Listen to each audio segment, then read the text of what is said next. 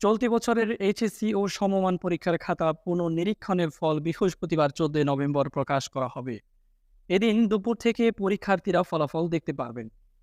ঢাকা মাধ্যমিক ও উচ্চ মাধ্যমিক শিক্ষা বোর্ডের চেয়ারম্যান ও আন্তঃশিক্ষা বোর্ড সমন্বয় কমিটির সভাপতি অধ্যাপক তপন কুমার সরকার এই তথ্য জানান।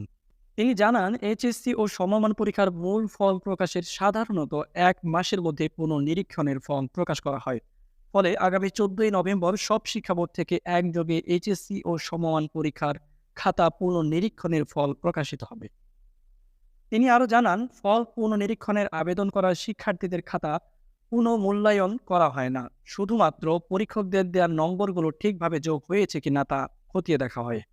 শিক্ষা বোর্ড জানিয়েছে, দুই পদ্ধতিতে এইচএসসি ও সমমান পরীক্ষার পুনর্নিরীক্ষণের ফল জানা যাবে। একটি হলো এসএমএস এর মাধ্যমে, এছাড়া নিজ নিজ শিক্ষা বোর্ডের ওয়েবসাইটে ঢুকে পরীক্ষার্থীরা ফল দেখতে পারবেন।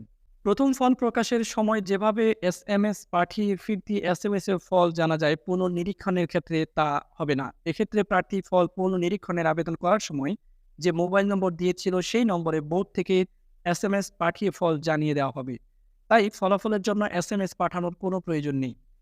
প্রসঙ্গত, প্রত্যাশিত ফল না পেয়ে নিজ নিজ মাধ্যমিক ও উচ্চ মাধ্যমিক শিক্ষা বোর্ডে উত্তরপত্র পুনর্নিরীক্ষণের আবেদন করেন শিক্ষার্থীরা। এবারের এইচএসসি ও সমমানের পরীক্ষায় এবার অংশ নেন মোট 13,31,058 জন শিক্ষার্থী। তাদের মধ্যে পাশ করেছেন 10,35,309 জন, অর্থাৎ ফেল করেছেন 2,95,749 জন। তাদের মধ্যে 11টি বা সবকটি বোর্ডের 1,92,000 শিক্ষার্থীর মোট 5,01,294টি খাতা পুনর্নিরীক্ষণের আবেদন করেছে বলে জানিয়েছে আন্তঃশিক্ষা বোর্ড সমন্বয় কমিটি।